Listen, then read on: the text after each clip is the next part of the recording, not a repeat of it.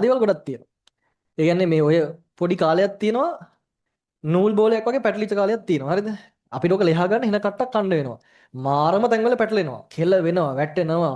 අතාරින්න නැතු කොහෙන් හරි ඕක ඉවරක් කරපු දවසක අපි මැප් එක යනවා වගේ තියෙනවා. දැන් ඔයා හිතන්න ඔයාලා විශ්වාස කරන්න ඔය මං ගිහිල්ලා ඔය වෙන කිසිම දෙයක් මම ප්ලෑන් කරපු දේවල් නෙමෙයි. ඔයාලට විශ්වාස නැහැනේ. මම යන ගමනක්වත් මම මෙහෙ යන්නේ මෙච්චර දවසක් ඉන්නවා මෙහෙට යනවා කිසිම ප්ලෑන් එකක් නැහැ. මම යනවා. දේවල් වෙනවා. ඔටෝ වෙනවා. ඔක්කොම ඔටෝ. ඔය මිනිස්සු හම්බෙන දේවල් ඔය කවුරුරි හම්බෙන්නේ ඔක්කොම හම්බෙන් වෙන්නේ. මට කොහේ හරි යද්දි කවුරුරි හම්බෙනවා. අනේ කතා බහක් වෙනවා. ඒකට වටින දේවල් ටිකක් තියෙනවා. ඔන්න ඒ ටික යනවා. මන් දන්නේ නැහැ. සමහර දවස්වල මම කැලේ ගිහිල්ලා දවස් 5ක් විතර ඉඳලා තිනවා. මං ගියේ කන්න බොන්නවත් තියාගෙන නෙමෙයි. දවසෙන් ගිහිල්ලා එන්න ගියපු ගමන මං සතියක් ඉඳලා ඉවලා තිනවා කැලේ. ගල් ගුහාවක ඉඳලා තියෙනවා. ඔව්. මට ස්වාමීන් වහන්සේ නමක් හම්බෙලා තිනවා කැලේදී. එතකොට මං කුටිය, ඒ කියන්නේ ඒ කුටිය හදලා තියෙනවා මම. මාර දේවල් වෙලා තියෙන්නේ. විශ්වාස කරන්න මං කැම ටිකක්වත් අරන් යන්නේ නැහැ. මට කැමත් ලැබෙනවනේ බා.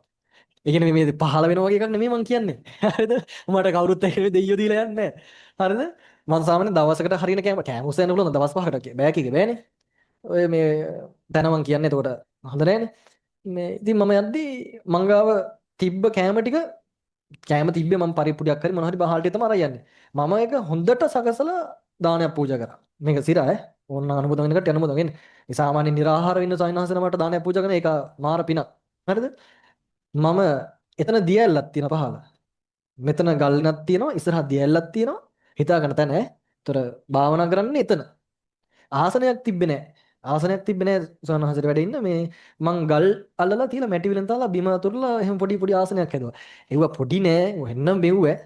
දවස් 5ක් කිරියා. දවස් 5ක් ඉඳලා තමයි කැලෙන් ආවේ. ඒ ගම ඒ මුළු කැලේටම ජීවත් වෙනවා එකම එක මිනිස්සෙක්.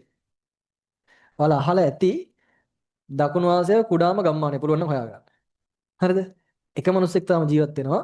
කුඹුරු වැඩත් කරනවා. මේ ලස්සන ගමනක්. දැන් අවුරුදු 2ක් 3ක් හෝ කලින් ගියප එක. විශ්වාස කරන්න ඒ කන්ද තියෙන්නේ නකල්ස් වල එක පැත්තක. හරිද? ඊට අවුරුද්දකට විතර පස්සේ මං යනවා නකල්ස් වල එහා පැත්තේ කෙළවරට. ළමයි එහා පැත්තේ කෙළවර යනකොට මට ගමේ කට්ටියක් කියනවා මේ කුටියක් සොයන්න හසනමක් අඩ ඉන්නවා කියලා. මං යංක පොඩ බලන්න කියලා මමත් යනවා. විශ්වාස කරන්න ඒ සොයන්න හසේ අතන වැඩ ඉන්නේ. ඉව්වා මොනවද මන්ද හම්බකාරක. හරිද? ඊට පස්සේ මම ඒ ගිහිල්ලා ඒ කුටි තින්ත ගෑවා. ඒ සතිය ගමේ නතර වෙලා. නාරංගම කියලා. ඒ ඌව මං කියන ඔය ඔහේ වෙන ප්ලෑන් වෙන දේවල්. ඔය ගම්වල මිනිස්සු එහෙම මේ මම යනකොට දන්නවා. මම එනකොට ගමම දන්නවා. ඒ ඔය කඳුකර ගම්මාන කියන වෙනම සිද්ධියක් මරු. අර චූටි කොල්ල මතකද ඔයාලට? මොකද්ද ඌගේ නම?